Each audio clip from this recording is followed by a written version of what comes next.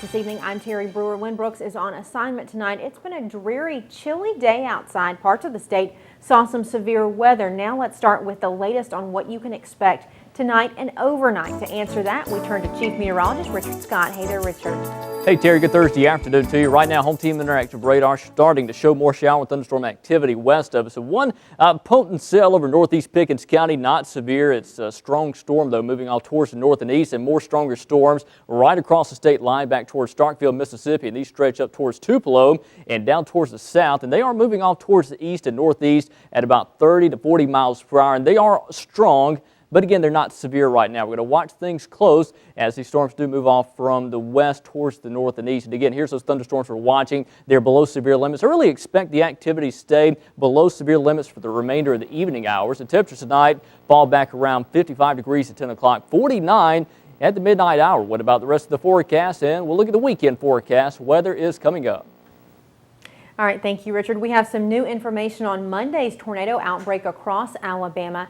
The National Weather Service has now documented paths of destruction from at least 10 tornadoes in the outbreak of storms across central Alabama early Monday. Recently completed surveys show tornadoes struck in Perry and Chilton counties, including an EF2 tornado that left a nearly 40-mile path of damage. The deadliest twister in the storm outbreak was an EF3 that struck in St. Clair and Jefferson counties, where 2 people were killed and about 100 more were hurt.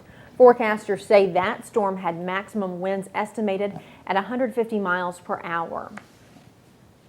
Well, many people in Alabama lost their jobs after Monday's tornado swept through the state. State officials say people who did may be eligible for unemployment compensation. Now, if you are no longer able to report to work because your place of employment was destroyed or damaged, or if you can no longer get to work as a result of Monday's storms, you're asked to call the State Industrial Relations Office. Here's their number. It's at the bottom of your screen, 1-866-234-5382. After our recent bouts of severe weather, Tuscaloosa County officials are hoping to consolidate the county's E911 dispatching. State and local emergency management officials met in Tuscaloosa to talk about the future and how to keep residents safe should another disaster happen. Tuscaloosa County Probate Judge Hardy McCullum says there are many ideas that came out of the April 27th tornadoes, and this is just one. One of the things that we've sought to do for quite some time is consolidating a call center so that we can take the calls and include in that call center the taking of dispatch for all the various jurisdictions under one roof. The county also hopes to work more closely with the State Emergency Management Agency during any future disasters. Well, Be the Match, the National Marrow Donor Registry, and the University of Alabama are helping University of Alabama student Martin Townsend in his search for a bone marrow donor. Townsend was diagnosed with leukemia in March 2011, and his cancer is now in remission. Doctors say Townsend needs a bone marrow transplant to keep the cancer from coming back. According to Rod Gunn with Be the Match, today's drive allowed the community to get on the registry simply by filling out an application and swabbing their mouth. Gunn says for Townsend's case and others like his, it's important that more minorities join the registry. Most minority groups are severely underrepresented on the registry.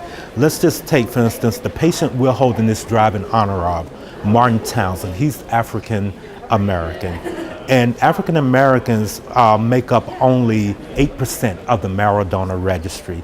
So most African American patients like Martin don't have enough representation on the registry to find a suitable donor to receive the life-saving transplant that they need.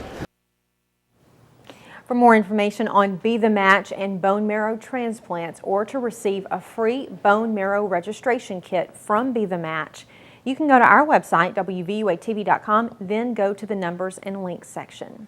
Well, Alabama fans love to show their crimson pride by wearing their favorite Tide gear, but tonight we have a warning for Alabama fans who bought their Tide gear online. Officials with BamaStuff.com sent an email to customers saying their personal information may have been stolen.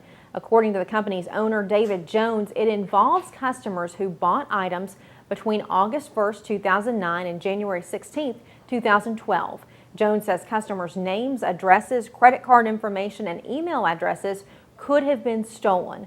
Officials say some customers have seen multiple fraudulent charges on their bank accounts after a security breach on the website. Jones says all credit card information has been removed from the website.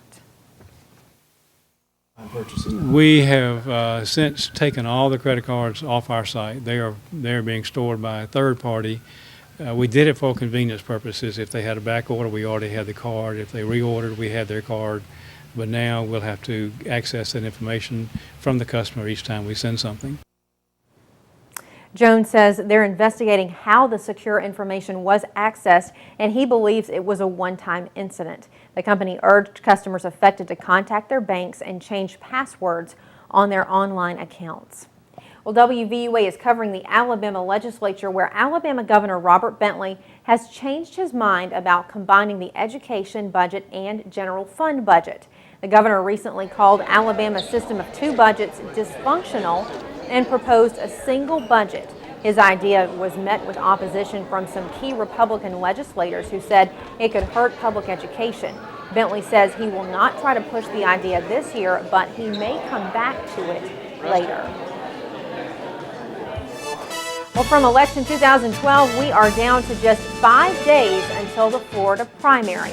Tonight, Republican candidates will debate one last time before the all-important Florida primary. The four remaining candidates plan to participate. They are Mitt Romney, Newt Gingrich, Rick Santorum, and Ron Paul. The debate starts at 7 o'clock tonight.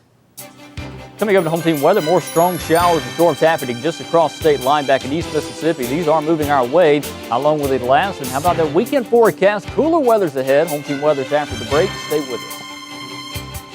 And it's a story of true love, how one couple kept true to their vow till death do us part.